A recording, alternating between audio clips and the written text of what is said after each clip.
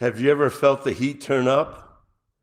That's how it feels right now as I'm sitting with this fire over my shoulder.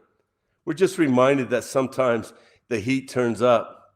You know, for some people, a flame might be a blessing, and then for other situations, a flame might not feel so much as a blessing.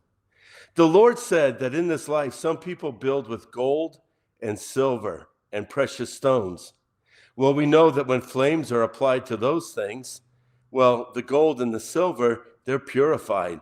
The precious stones remain the same. But the Lord said at the fiery trial of our lives that the gold, silver, and precious stones will remain, but some people build with wood, hay, and stubble. And at that point, everything gets burned up. I want to encourage every believer who's listening right now to understand that when the heat turns up, there's great blessing that can actually result from it.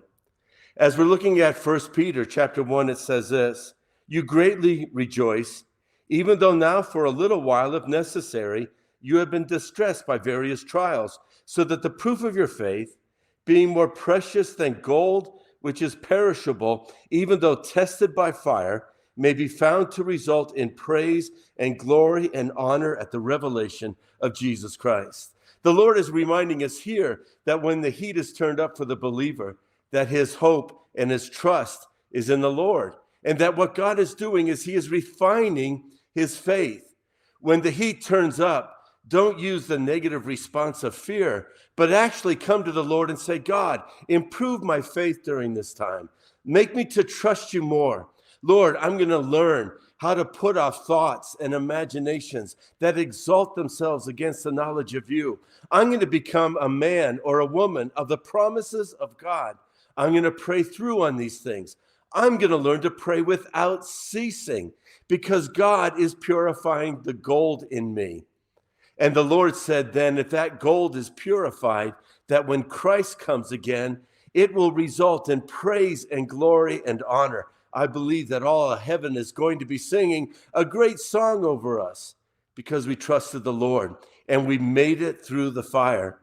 Here he says a little bit further, even though we're tested by fire, will result in the praise and glory and honor at the revelation of Jesus Christ. And though you have not seen him, you love him. And though you do not see him now, but believe in him, you greatly rejoice with joy inexpressible and full of glory, obtaining at the outcome of your faith the salvation of your souls. The outcome of our faith when it's purified by gold, when we learn to go through trials and we learn to rejoice in the Lord and have joy inexpressible, joy beyond what even we can verbalize, that it will result actually in us standing before the Lord Jesus Christ, faithful in the flames like he was of testing and trial. And then at that point, the Lord would say, "Oh, your life of faith has resulted in your salvation."